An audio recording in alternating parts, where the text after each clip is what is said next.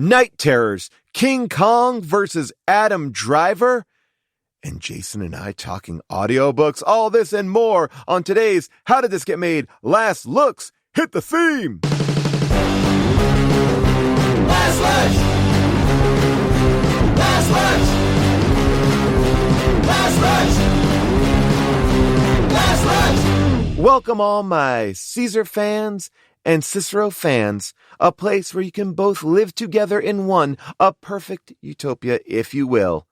This is Last Looks. I'm your host, Tall John Scheer, a.k.a. Paul Scheer, and this is the only show where we break down How Did This Get Made films even more. Why? Because it involves you. You call out all the things that we might have missed, and honestly, there wasn't enough time to get into everything we wanted to talk about in Megalopolis, so this episode is going to be truly a mind-blowing one. Now, before every show starts, we like to give somebody a chance to maybe have an alt tagline for the movie that we just did, and I gotta say that Discord user Zilla21 had the best tagline when he said, "It's like The Room with a View." Ooh, I love it. That's great. Look, I just want to make sure that we're all on the same page. He means Tommy Wiseau's The Room, not Room, Brie Larson's Room. Thank you, Zilla21, for that tagline. Remember, if you have an alt movie tagline or title, submit it to us on our Discord, and we may just read it on the show, and I might over-explain it just like I did. Now, coming up on today's episode, we will be hearing all your corrections and omissions on Megalopolis, and believe me, there are a lot. Then Jason and I will chat about all the stuff that we've been watching, and we've been watching a lot of TV, and yes, we're watching SAS Rogue Heroes. You'll get into all that and more in just a little bit. But before we get into anything else, I want to give a big shout out to Sean Fogel, who created that amazing opening theme song. Thank you, Sean. We love these songs. If you have any Last Look episode theme songs, please, you know the drill. Send them to howdidthisgetmade@earwolf.com. Keep them short. 15 to 20 seconds is best. All right, people, How Did This Get Made is on tour. It's a giant spring tour. We are going to Austin. We are going to San Fran. We are going to the Tree Fort Music Festival, where you can purchase a festival ticket or a regular ticket. That's right, Boise. We are taking care of you. Plus, we're going to go back to Denver. Finally. We have been excited to hit Denver again, so we will be there. San Francisco, I said we're going to be there. I think, or maybe not. Portland, Seattle, we're doing it all. Go to hdtgm.com. So far, the only movies that have been announced are for the LA shows, but as we get closer, we will tell you exactly what to watch. Also, I want to plug a brand new show that Rob Hubel, How Did This Get Made All-Star, and I are doing. It is called The Dark Web. You can go to my website, paulscheer.com, to find out how to enter the dark web. You can also go to enterthedarkweb.com. It is a weekly YouTube show where Rob Hubel and I watch the craziest stuff that we can find, but not like in a disturbing, upsetting way, and not like in a ridiculous way. These are things that just make us laugh, and it's a big new show. So watch it. It's completely for free on YouTube. Again, my website or enterthedarkweb.com to get right to it on YouTube. All right. Now, enough of plugs. Now it's time to get into Megalopolis, where there are no plugs. It's a perfect world. It is now time, though, for you to tell us where we went wrong, just like Mayor Cicero told Caesar when he developed a perfect plan for whatever they called New York. Anyway, it is now time for corrections and omissions. Hit the theme. Just wait 1 minute. I can't believe you missed something. So I must correct you and clarify what you omitted. Can't believe you missed it. My friends and yours, Bombay Beach Revival with another banger. Thank you, Bombay Beach Revival. Let's go to the Discord. Rob from Long Island writes, Dingbat News was the name of Sofia Coppola's newspaper that she did with her friends. It appears in another one of Francis Ford Coppola's films, but I can't remember which one, so this is kind of an inside joke. Okay, Rob from Long Island, there we go. I like it. But I have to say, when it's so prominent, that kind of a callback or that kind of, it would be better like subtly implanted there. But okay. Mitch Kappa, that's Chunk Style, writes, I like the continuity, and Francis Ford Coppola really cared about what he was making, and he wanted to make sure that Dustin Hoffman had a line during the wedding saying that Jon Voight's character has a huge dick. So later, when we check out that boner, when he has that hidden bow and arrow, the audience would all have thought, yes, this is the boner I would expect given the previous information. Thank you, Mitch Kappa. You're right. He's a stickler for details. And you know what we call that in the literary world? We call that foreshadowing. But maybe when it's about dicks, we call that dick shadowing, which is what a lot of guys do to their dicks to make it look girthier and longer. Anyway, the angriest Hiki writes this. I don't know if anyone's mentioned this yet, but Megalon is one of Godzilla's foes. He is featured in the classic Mystery Science Theater 3000 classic, Godzilla versus Megalon. Holy hell. Wait, it's not spelled the same way, is it? I guess it is. Oh my God. The universes have collided. The dark universe is open. We need the characters from Megalopolis in one of those new Godzilla, King Kong, whatever it is, like or Middle Earth where they all live, whatever the fuck is going on. I love those movies, but it's kind of ridiculous at this point. So let's get Adam Driver in a King Kong versus Godzilla versus Megalon, because maybe Adam Driver's wife becomes the creature that Godzilla's got to fight. I don't know. I'm open to pitching on the idea. Anyway, let's go to the phones. Katie from Seattle, what do you got? Hey guys, this is Katie. I watched Megalopolis 7 hours ago, and it's like 1 a.m. and I cannot sleep because I am haunted. I feel like Adam Driver's relationship with his mother in this movie really needed more discussion. Like, every single interaction that they had left me just, like, physically and emotionally deeply, like, uncomfortable. And honestly, like, watching this entire movie and then the 7 hours following, it feels like I tried a new drug where it's like I can't get a good answer from anyone about like how long the trip's going to last. And I desperately would like for it to end, and I'm honestly scared it's never going to. Loved the book, Paul. Love listening to the podcast. And thanks for everything. Bye. Katie, that's what we call art. Okay? It's supposed to keep you awake at night. It's supposed to fuck you up. I still haven't slept since seeing Megalopolis. All right, let's go to Zenobia from New York. This is Zenobia, first time, a long time. I'm just calling about the last episode of Megalopolis. I wanted to share the experience my husband and I had going to see the movie in IMAX on opening night. Before the movie started, the lights all came on and the manager came out and he said, without any fanfare, he goes, "Ladies and gentlemen, very special guest, please welcome Francis Ford Coppola." And Francis Ford Coppola came out. He proceeded to tell us to all call him Uncle Francis. And then he said, this is a film about asking questions. It's a film about being curious, asking questions, maybe questions that don't even have an answer, but posing them. And so because of that, we really should be open-minded about this movie. We really shouldn't judge this movie the first time you've seen it. Let it sit with you. And also, maybe don't ever judge it, because all this movie's doing is asking questions. And isn't that, in and of itself, something that's worthwhile, even if you didn't like the content of the movie? So I just thought that was a fun thing to experience before the movie, and to sort of hear Francis almost... it felt a little bit like defending the movie before anyone had even watched it or criticized it. You know what? I want to take this as my rallying cry. No judgment. This is a no judgment film. This is a no judgment TV show. Like, just tell people, it's like a little title card comes up, like the Jackass warning is like, can't judge this one. Sorry. This is off the table.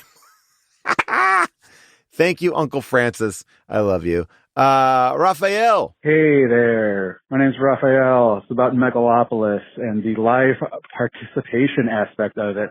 So I work at a movie theater that had to do this. One thing that you guys mentioned that wasn't correct was that The live participant actually didn't read anything. We weren't allowed to. I had to do this. I had to go up in front of the crowd and pretend to talk and mimic and mouth everything. The notes to do this are some of the most insane things in the world. It's wild. The live participant component begins precisely at 1 hour, 22 minutes, and 29 seconds into the feature. There is a run of show that is down to the second of how we were supposed to do this. Obviously, that's impossible. I didn't care enough to do it that way. My technical director here at the theater didn't really care enough to have to do it that way either. We still did it. It was confusing to us. It was confusing to the audience. It didn't add anything. It was just weird. And then for the rest of the night, I had customers coming up to me and thanking me for my performance in a very mocking way, which, yeah, I kind of deserved. What? No! That is truly a bummer to me. How dare he let something so interactive be so staged? What are you, some sort of character that walks around Disney World? No. Raphael, you need to live. You need to be out there. You should have done more lines. All right. Thank you so much for calling in.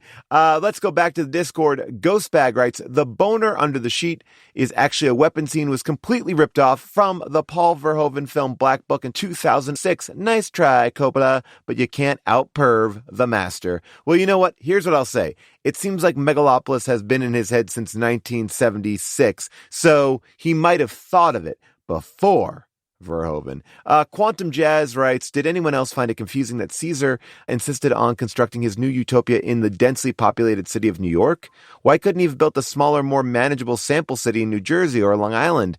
It seems crazy to conduct such a large-scale, unproven experiment in Manhattan before testing it out in a less densely populated area. Quantum Jazz, you don't get it. That would be a suburb then. We don't want a suburb. We want a suburb in a city. We can't take the suburb out of the city, then it's a suburb. That's Megalopolis, baby. Maximum Clark writes, correction. An audience member tries to point out symbolism in Dustin Hoffman's credit scroll, stating he didn't have a name and that it fades in and out weirdly, when in reality he is credited as Nush, the Fixer Berman, and every featured cast member's character name disappears halfway up the credit scroll, with Dustin Hoffman being no different than the rest. This was clearly an artistic choice by the title company with no special significance. Thank you, Maximum Clark. Wow, so many great corrections and omissions this week, but there can only be one that is the best, one that exceeds all of them. And, you know, truthfully, it is the person who was in Megalopolis, and that is Raphael. Raphael, you are the winner, and you get nothing but you do get this amazing song from Case Silva. Hit it! You win, are you proud? Think you'll stand out from the rest of the crowd, but now here's the thing, all you get for that is just some fucking nothing. Now, if you want to chime in with your own thoughts about the latest episode, hit us up on the Discord at discord.gg/HDTGM or call us at 619-PAULASK. All right, coming up after the break, Jason will stop by. We'll chat about all things on TV, audiobooks, and movies that we've been loving. Welcome back, people. I want you to check out our matinee episodes. Those are re-releases of old How Did This Get Made episodes, and I think you're going to enjoy them because this week was one of my personal favorites. That's right. The old villain, Ron Silva, shows up with Time Cop. Nick Kroll guests on that episode. It's episode 166, and next week will be Gods of Egypt with Aaron Gibson and Brian Safi. So keep on checking out our replays of classic episodes every Tuesday, and without any further ado, it is now time to welcome Jason for a little Just Chat. Antoine Wellen, play us in. Paul and Jason have things to say, and it's a fact that we can all call it. They're watching their movies, they're watching TV, they're going to tell me, and we can all call it Just Chat. Jason, how are you? Paul, here we go. Boom, boom, boom. couple of great TV shows coming back or have come back. SAS Rogue Heroes, the Stephen Knight World War II series. Yes. Fantastic, back in action. A lot of people have asked us if we have seen that. I have not seen that, so I'm happy that you bring that up. I loved the first season a couple of years ago when it came out. I love Stephen Knight, who did Peaky Blinders and a ton of other stuff. One of the most prolific writers working right now. I love that show, Rogue Heroes, so I was thrilled it came back, and so far this season 2 has been terrific. Boy, did I love every insane second of Taylor Sheridan's Landman. I need to watch that. I've only heard it is great. The two shows that I've watched that feel to me as though they are somehow connected are Landman, and I'm currently watching Billions. Oh, Billions. Wow. Which is straight crazy and an absolute blast. And they both have that feeling of unhinged kind of machismo and bravado constantly being like kneecapped. It's a blast. Well, and Billions is kind of like, in my limited watching of it, I've caught episodes across the years. It is like a high stakes Entourage. I think the dig that you would often get at Entourage is, oh, nothing really happens. This show is like everything happens, but the bravado it's a heightened. I mean, it's a heightened Entourage in it, but with stakes and craziness, and it truly is fun. It's absolutely nuts. And the thing that I love about both of these shows, Landman and Billions, is that they are every single character monologues constantly. Everybody's given minutes to just give full-throated, crazy monologues, and everybody's like, yeah, it's a blast. It's definitely a show. Both shows are writer forward. Like, you know, you could tell, you could be like, oh yes, this is what, this is, I got it. I'm here.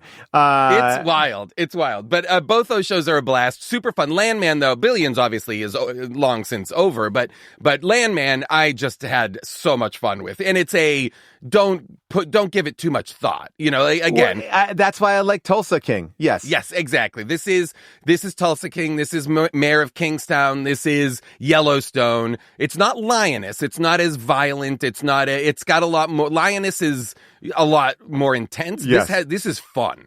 Well, Allie Larder, incredible performance from Allie Larder in this show. Absolutely unhinged. It's a blast. I got to watch it. I've been so watching Academy Award movies, trying to catch up. This is like my period where I am just like ODing on those films, which I'm loving, and it's great. But I am missing my shows, and the only one I'm really keeping up on right now is Traitors, American Traitors. Oh yeah, which only gets better and better. I will say, is that the one that is Alan Cumming hosting, or is that the other one? Alan Cumming hosts the American Traitors. Now, I'll be very honest and say it's still not as good as UK Traitors, and the best of all of it, season 2 of Australia. But I'm saying all that to say that America is a great season right now because they bring on some characters from a bunch of different shows and some great characters. They up the ante in the right way on season 2.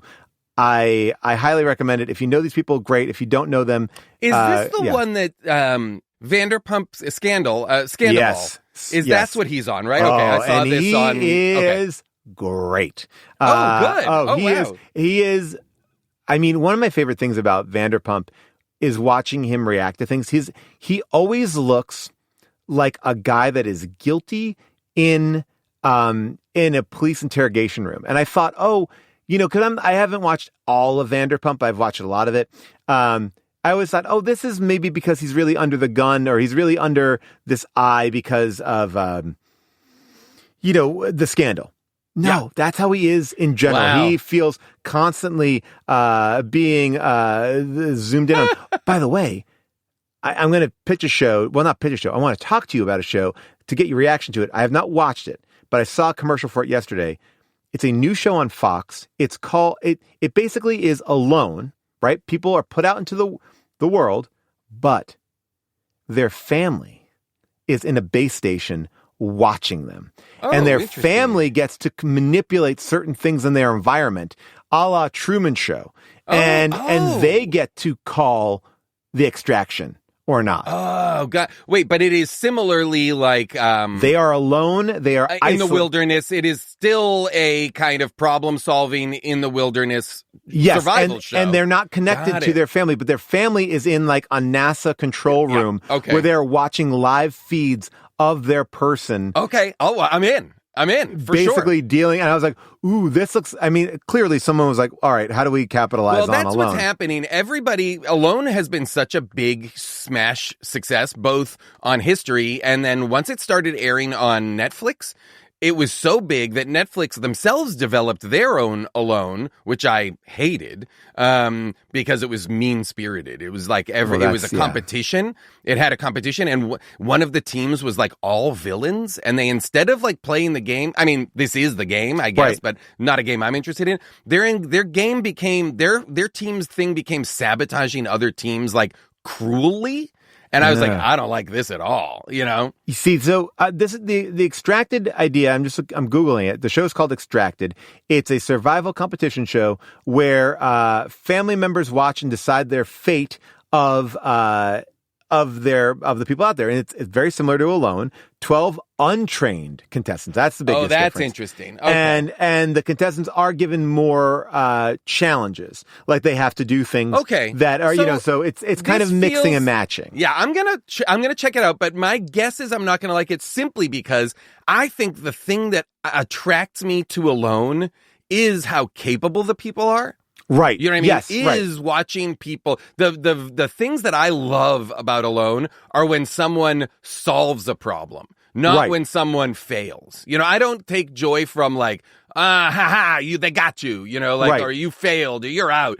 I love it when someone is like, I have this problem and now I've turned this problem into an asset, and you want to watch somebody be good at something. Like there's a difference between watching someone who's never fished learn to fish. That's fun. But there's something about watching a person who knows how to fish create a fishing net and create like an ecosystem that can fuel them. Like there is something that Alone does that is a celebration of incredibly smart people in an extreme situation, whereas it seems to me, on the basis of what I just read about Extraction, it's Survivor skills. Like I always watch Survivor and I go, oh, I realized this recently because I watched it when I was younger, and I'm like, oh, these people are just, they don't know how to do anything. They don't, like, at one point in Survivor, most of the times when they have to make fire, it's like, oh, geez, I got to make fire. You know, it's like, they're not even coming on the show with that level of knowledge. No. And that's,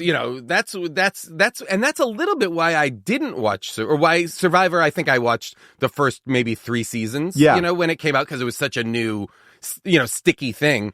But then I fell off of it. But I mean, Alone, I devour. Also, Alone, Australia is fantastic. Why is Australia always better? I mean, I was the same thing with Traitors. You know why? Because they've got all these crazy animals. It's just like, it's nuts. You're like, whoa, giant spiders. Whoa. Man. I am, let me shout out just a few more things, if you don't mind. There's a new animated show on Netflix that Ali Wong, our friend Ali Wong, is the star and producer of, called Jentry, Chau versus the Underworld. Whoa, I don't know about this. Fantastic. Okay. It's an absolutely dynamite show that I can't recommend enough to everybody. If you've liked a lot of the other kind of animation stuff that we've talked about, I think this fits solidly into that. It is a wonderful coming-of-age teen angst story, while also being a fantastic girl has powers that she didn't know about. And as those powers come to bear, how does that influence and change her life? It's got a great, it's not quite a superhero story. It's got magic. It's got coming-of-age. It's got family history. It's got everything going for it. And it's also very funny. Jentry, Chau versus the Underworld. That's on Netflix. On Netflix. I don't remember what network this is on, but the TV show Laid, the Nahnatchka Khan, I believe that's Peacock. Show, yes, it's really funny. With Stephanie, is it Chau? Stephanie Chau? Yes, from she is great. She was in that. Oh my gosh, I love all these people. Yeah. It's and Zoe from Shaman's Joyride, in it, which I really enjoyed. Yes, fantastic. Yes, and it is Stephanie Chau. Stephanie Chau is so fucking funny in this show. Hilarious. Absolutely just crushes everything in this show. And I was watching it, and this made me laugh just because it's a bit that that was part of our episode is there's a bit in one of the episodes about Malignant, and Stephanie Hsu keeps calling the character Malignant, like we were doing on the podcast. And love it. That alone got a laugh out of me. But the show is fantastic and very funny and absolutely worth checking out. It's on Peacock, like you said, Paul. I just looked it up. You're right. It's great. Can't recommend enough. If you've not seen Wild Robot, holy cow. Oh, yes. Wow. That movie crushed me, like in the best possible way. Like I read a review that someone said, hey, if you want to cry for an hour and 42 minutes, this is a great movie for you. My son came home so upset in a wonderful way. Like he loved the movie, was so moved by it. And I was like, oh, I want to watch this. And, I'm sure it'll be sad, but it won't be. It destroyed me in a great way. A beautiful movie, Wild Robot. She's one of the actresses in it, as Bill Nye, Ving Rhames, Mark Hamill. I'm mispronouncing Mark Hamill? Mac Hamill, Peter Pascal, all the classics. It's a great movie. It's great. Matt Berry is very good in it. Lupita Nyong'o is in it. It's great. Highly recommend Wild Robot. I will shout out as well. I'm like a lot for me. TV is going down real smooth. The Diplomat on Netflix. Oh, you're talking like June right now. This is like what she's watching. Fantastic show. Loved it. Goes down smooth. I will shout out 2 shows that are about to return. So if you want to catch up on them, go right ahead. Shoresy season 4, as I mentioned earlier, coming soon. Unstoppable, the best comedy on television. And then a show that I think is one of my favorite shows, and I've just started rewatching it again in preparation for season 2 coming out, I think 12 years after season 1. The British masterpiece, Wolf Hall. Oh, I love Wolf Hall. I didn't know that was coming out. Season 2 comes out in March, and it is a continuation of the Hilary Mantel books. And Wolf boy, Hall, oh boy. I'm. If you're not like, this is where I met Mark Rylance. Boy, oh boy, he best. Is amazing in this, or maybe I saw him on Broadway and then I saw him on this. But this is an incredible performance. Wow. This is the story of Thomas Cromwell. So it's the court of King Henry VIII. It's Anne Boleyn. It's all of that era of history, told inside of the story of Thomas Cromwell, who's a lawyer who Rylance plays. And what's fascinating is there's so much going on, and everybody in the show is a straight-up home run murderer actor. And Rylance, though, is the focal point of everything and has, I'm going to say, a quarter the amount of dialogue as everyone else. He's speaking so infrequently, but you're watching his face constantly. It's riveting performance. It's so funny that you say this show, because I remember that I bought the DVDs of it. That's how long ago I was watching this show, and watching it in a trailer in a cold Canadian set wherever I was, and just love and couldn't stop watching it. Like one of those shows where I was like, gotta get back to my trailer so I can watch more Wolf Hall. Wolf Hall. It was a PBS masterpiece. It aired here on Masterpiece, on PBS. And I think that's how I found it first. And I just remember, because it's also like, it feels like Barry Lyndon. Yes. It's all lit with candles and natural light. It is beautiful and slow, and it is just a blast. It also feels like that. It has a similar feeling of The Favorite too, which I loved, and is a great, great movie. It's kind of the opposite of Billions. You know what I mean? Like so it's like it's a good, or The Diplomat, or these other shows that I've mentioned, just because it is slow and thoughtful and incredible. Anyway. Okay, I'm just going to throw out a couple of comics that I think have come out in the last bunch of time that I think I've been catching up on my unread pile of comics. Ooh, I love that. And so there's been a bunch of good stuff. Our friend Tom King, you know what, Tom King? You can go to hell. Has a new book, is writing a new Jenny Sparks book over at DC. It's fantastic. Oh, Jeff Spokes. By the way, I just got that, Jenny. I had it on my list of things to get, and I really loved it. I thought that was fantastic. Great. Yep. It's a great book. Tom King always doing super interesting stuff. It's a great read. The art is fantastic. Scott Snyder and Nick Dragotta are doing a book called Absolute Batman. This is the biggest comic book of the year, I believe, just in terms of sales. And, it's a huge book. It's a big success. I'm just going to shout it out just because it's great and it looks fantastic. By the way, do you know, Charles Soule, who I'm a big fan of as well, is coming out with a brand new series called Legacy of Vader, which is going to be...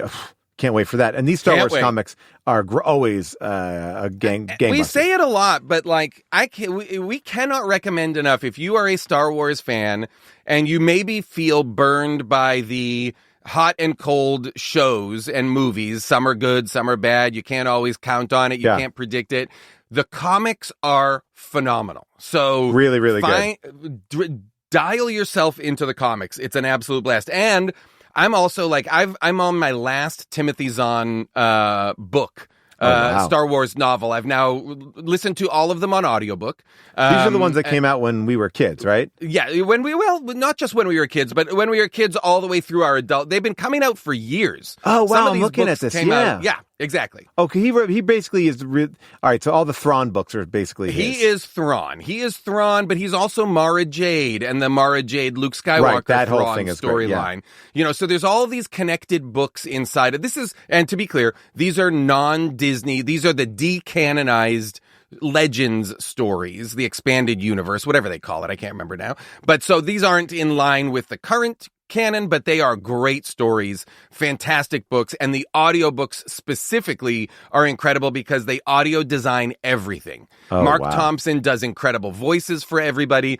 They have the John Williams score, they have the TIE fighter and lightsaber sounds, so it feels very rich. So they're a blast to listen to. Maybe I should listen to this. I'm listening to a great... I'm reading and listening to a great Kubrick book. It's kind of like the it's supposedly like the definitive Kubrick book. It had come out, I believe, a couple of months ago. It's called Kubrick and Odyssey. And it, I kind of prefer when I listen to like a biography like this, it goes down smooth. I mean, there's no sound effects, obviously, but it goes down smoother because it's just, it'd be great if there was. Yeah, like monolith. Or it's read in the HAL voice. Kubrick is really interesting also because I feel like lately it's been coming up a bunch. Action Boys, the podcast just did The Killers. And so they were talking about Kubrick a bunch. And I feel like it's a great... and Eyes Wide Shut. I just watched Eyes Wide Shut. Well, we just did Eyes Wide Shut on Unspooled, which which found its new home at Realm.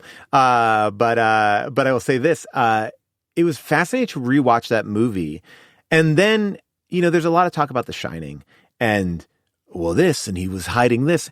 I love listening to people's theories on Kubrick because whether or not it's true, like who cares? It's just that people have gone this deep into it. Well, that's that whole documentary. Room 236 is just people trying to find larger meaning in Stanley Kubrick's work. Kubrick is he's such a powerful filmmaker that he has caused an entire industry below him of people who are like, I have unlocked or I have unpacked the puzzles that are in the Kubrick canon. And what's so interesting about this book is they basically have fun with this idea. Like, actually, as a matter of fact, he was a devout family man who was so happy at home, wanted to be with his animals and his family. And this, he just kind of was like, I don't need to be in Hollywood. I don't care about that. And because of that, he got labeled as this, and so everyone's like, yes, he was trying to tell us all these things. And it's like, the truth is he just, so far from reading the book, he's like, he just loved like Hitchcock, to research and get in and create a world. And it was very personal because he loved it. World. Yes. It's his world. That's the thing is Eyes Wide Shut. It's like, well, that's not New York. It's not. It's this weird New York that Kubrick created. I can't recommend enough if you're into the Kubrick thing, if you haven't watched it. There's a million documentaries about Stanley Kubrick. All of them I've seen and are terrific. But there's one that is a British TV documentary that John Ronson made called Kubrick's Boxes. I literally would share my screen with you right now that I brought that up because I was like, oh, I got to recommend that doc. It's Kubrick's Boxes. Kubrick's Boxes. It's incredible. John Ronson, who you might have heard on This American Life or his own podcasts, or he's the author of So You've Been Publicly Shamed, or all these other great books. Really interesting documentarian, really interesting journalist, has that sing-songy British voice. And it is a great documentary about how he is invited after Stanley Kubrick's death to go to Stanley Kubrick's house and look through what would become later, years later, the Stanley Kubrick archive that then toured the world. As somebody who has many things in boxes labeled just like this movie had a profound effect on me. And I will tell you this, if you want to watch it, it is on YouTube. The entire 48, it's only 48 minutes, not even a long documentary, but it's amazing. I think it was a TV documentary. Yeah. I think it was just an episode of a TV show. Yeah. And it really is a wonderful way of like looking at this guy who is constantly researching and working on these projects. And, you know, and I think what's so kind of fascinating was like, he was mercurial, but he wasn't without humanity. And he was actually, if anything, full of humanity and deeply human. Yeah. Very funny, all about connection. Like you hear all these stories about like Spielberg and Sidney Pollack and all these people who had relationships with Kubrick that were based on long phone conversations or fax conversations. Like Kubrick was always wanting to be in touch with other filmmakers and other people, but the way he did it was always through like technology, which is super interesting because it's the 60s or 70s or 80s. Well, I mean, the fact that he was writing and never got to make AI, Spielberg made it, and God knows it's not the same thing. But the Napoleon movie, the Ghosts movie. But I'm just talking about AI as he was. This is not. You know, Kubrick has been dead for a very long time. That he was on, like, this was his, he was there. Like, he was looking at, like, I wouldn't say even Jules Verne. He just was like, he was a man who read a lot. And I think he saw certain things coming. And like the Coen brothers, I think, you know, his movies get better and better with each watch because everything is a choice. And you may not get it the first time you watch it or you may not appreciate it. But man, oh man, it comes back and it just gets... it really just gets better. There are some people for whom you can keep watching those movies and it's diminishing returns. It hits, oh boy, wasn't that just as fun as when I saw it the first time? And then there are movies, and I think Kubrick movies are really up there for them, and Coen brothers as well, that feel like when you revisit them, you learn more about yourself. Especially you learn more about yourself as an older person. Like I just have rewatched both Hannah and Her Sisters and Crimes and Misdemeanors. And as a middle-aged person, boy, is it different to process these movies than when I was younger, and they are incredible. Well, I mean, I will also say, like, you know, the interesting thing about like Eyes Wide Shut, when I watched it the first time, you know, it's not a sexy movie. Like it was like kind of really billed as that, but it really is. It was sold to us as an erotic thriller from Stanley Kubrick, and it's not that at all. I mean, in many respects, it's like a fucking guy who gets spirals because his wife tells him she had a dream. It's such a wonderful like look at like a man's insecurity of his wife's sexuality. It's like, and you're like, that's a hard film to sell. Obviously, you can't just say, "Ooh, you want to watch a guy lose his mind because his wife said that she had a dream where she was fucked by somebody else." I remember it so vividly going to the Court Street movie theater in Cobble Hill when I lived in Brooklyn. When it came out, seeing it, there couldn't have been more hype, couldn't have been more excited, and being like, whoa, that was not what I thought it was going to be. No, not at all. Really having to process it in a way that was like, huh? And it's simply because Kubrick wasn't interested in coming out ahead of time and being like, everybody keeps saying this is an erotic thriller. It's not. Yeah. He just didn't say anything. And wild. Even though he was involved in the marketing of it, which I think is very much a true, I mean, look, that's the biggest argument that people can make is like, was the movie done? Finished the way he wanted it to be finished. And I've not gotten up to that section of the book, but they allude to certain things. And the truth is like, probably there might have been some small, like, I don't think that he was into it wasn't gonna be like a slashed and burned, like, you know, like 2001, like he had, I think that original sequence of like the space ballet was like 12 minutes and he cut it down. You know, it's like, I think he was past that and it was a lot more like coloring notes and sound mix. It wasn't like we need to I'm so redo curious. the I got to read that book. You're reading the book or you're listening I'm to the listening to audio? the audiobook. It's again, it's because it's sort of like the book is really big. And so I started reading it. I was like, oh, this will be more interesting to listen to as I'm driving around. I love that. Yeah. That's great. I just have been reading a bunch of like pulpy detective books that have been super fun. Have you read Jonathan Ames's new book? I love Jonathan Ames. I didn't even know there was a new Jonathan Ames yes. book. So he great. has this like trilogy. I'm just going to make sure I'm getting all the names right here. While you look that up, I'm going to just shout out a couple of other comic books. Yeah, go for it. Yeah. I can do them quick. The book Doom by Jonathan Hickman and Sanford Green is a great one-shot Dr. Doom story. I talked about Jenny Sparks. Our friend Scott Aukerman's Astonishing Spiderman is absolutely terrific, and he has written me as a podcaster. I am Jason Mantzoukas' podcaster who hosts a podcast with J. Jonah Jameson. Couldn't be more excited. Love that. I think that Jason Aaron's Namor is fantastic. I'm a huge fan of this guy, Ram V. His book, Dawn Runner, I thought was absolutely terrific. And last but not least, it is my favorite book going right now just because I can't beat Chris Samnee's incredible artwork. Batman and Robin, Year One, Mark Waid, Chris Samnee, a team that just absolutely crushed Daredevil many years ago. Back in action for Batman and Robin, Year One. The book is absolutely stunning. I got to get into some more. I've been bad on comics lately, and I've been trying to catch back up. This is the book that it's called Karma Doll, and it's the third in this trilogy that is very much L.A. noir.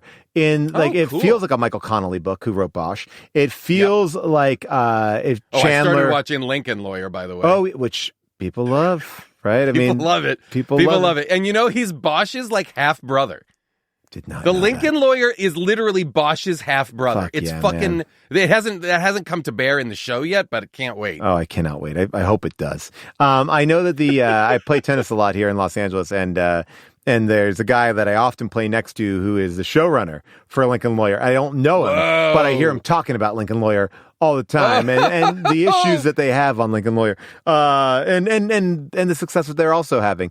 But so I like to listen in. So funny. Anything else? I'm still on my anime kick. I'm still watching Dan to Dan. I have rewatched Freerin again. Fantastic. I want to once again recommend Look Back, the incredible anime movie from last year. It's only an hour long, and it is absolutely beautiful. And then I just started a new show, the title of which is Dead Dead Demons Dead to Dead Destruction.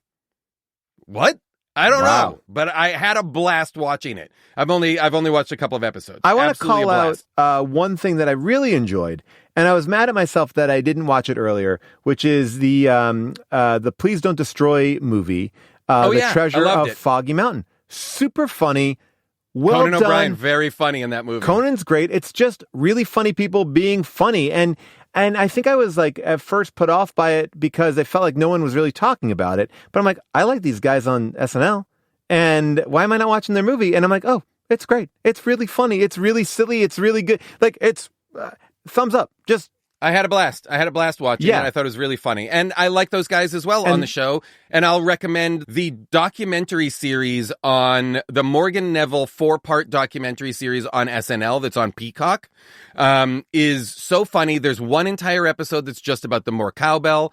There's one entire episode that's about everybody's audition. There's one episode that's just about the weird year, the year when Lauren comes back. I gotta watch all. See, I gotta Anthony Michael Hall and Robert Downey Jr. And there's a whole episode that's just about that one failed year. It's great. Oh, I can't wait. And I love all that SNL stuff. By the way, our a good friend of ours, Carl Tart, is writing for SNL. So and good. Wrote 2 banger sketches in the last 2 weeks. If you watch the Chappelle episode, the evacuation episode, or the evacuation sketch, that was a Carl Tart. Watch it. It's about Dave Chappelle goes kind of nuts when LA gets an evacuation order. And then this week, they did a barista training one that killed me. And another Carl.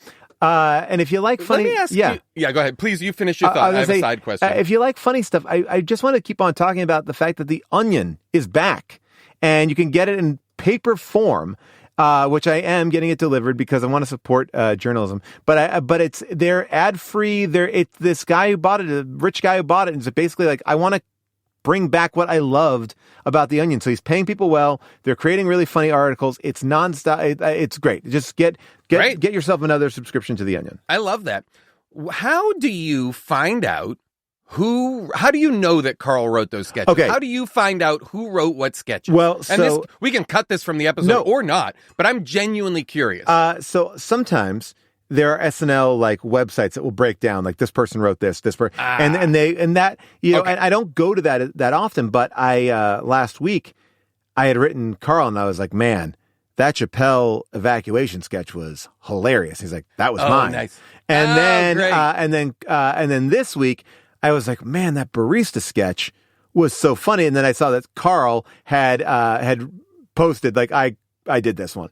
And on social media. So I don't know everybody's sketches, but one time I did do a little bit more of a deep dive, and there was like a couple of it's a website called SNL by the Numbers, which is a fascinating, like if you like bar graphs and things like this person had this many minutes, this is what they said. It's a hilarious thing, but they sometimes will get like that, not inside scoop, but they'll be able to say like this person wrote this, and a lot of the cast now, like, who is it? I really like Sarah Squirm and Sarah Sherman, and she had a sketch that she wrote this week where it's basically just CPR, but someone farts in their face. It was very funny. Very funny. So funny. But that's the kind of thing that I'm like, because I watched it yesterday, and I'm like, I don't know who wrote this. Yeah, I know. And I wanted to ask you because you had sent the text message a while back about Carl writing one of those Chappelle sketches. And I was like, I meant to ask you how you found out about that. So, okay, that's great. That's super helpful. Sometimes it's just sort of like, I just catch it in different ways, but I feel like, now I'm going to get it wrong for the rest of it, but there was this thing where I was like, it felt like both of those sketches felt like Carl's voices. Like I was like, and look, and I just looked at this. There's a Reddit called Live from New York that breaks down every single person who is who wrote it and stuff like that. All right, Jason, I think we talked about a bunch of great stuff. Until next time, we'll meet again. Thank you, Jason, for just chatting with me, but now it is finally time to announce our next movie. Next week, we're going from, you ready for this? Megalopolis to, I don't know what to say about this movie. Yes, that's right. We are watching 2010's Passion Play starring Mickey Rourke, Megan Fox, and Bill Murray. Yep, this movie exists. Here's a short breakdown of the plot. A washed-up jazz musician becomes infatuated with a beautiful woman with wings. And then Bill Murray plays a gangster who's trying to steal her away. That's right, people. This movie is nuts. Rotten Tomatoes gives the film a 3% score on the tomato meter, and Nick Shager from LA Weekly says Mickey Rourke recently made headlines for dubbing Passion Play a terrible movie, a proclamation that's ultimately most notable for its understatement. Ooh, Nick Shager! All right, let's take a listen to the trailer. So what happened to you out in the desert? Some man tried to kill me. I give you heaven! How long you been an angel? And I give you hell. I'm not an angel. If you'd like to get away from all this, you're welcome to go back with me. Man, I know you want me dead, okay? So I get the angel, and you get your life. You can stream Passion Play for free on the Roku channel or rent it on Fandango or maybe on Amazon Prime. In addition, you can check out Hoopla, Canopy, and Libby, which are digital media services offered to you by your local public library that allow you to consume movies, TV, music, audiobooks, ebooks, and comics for free.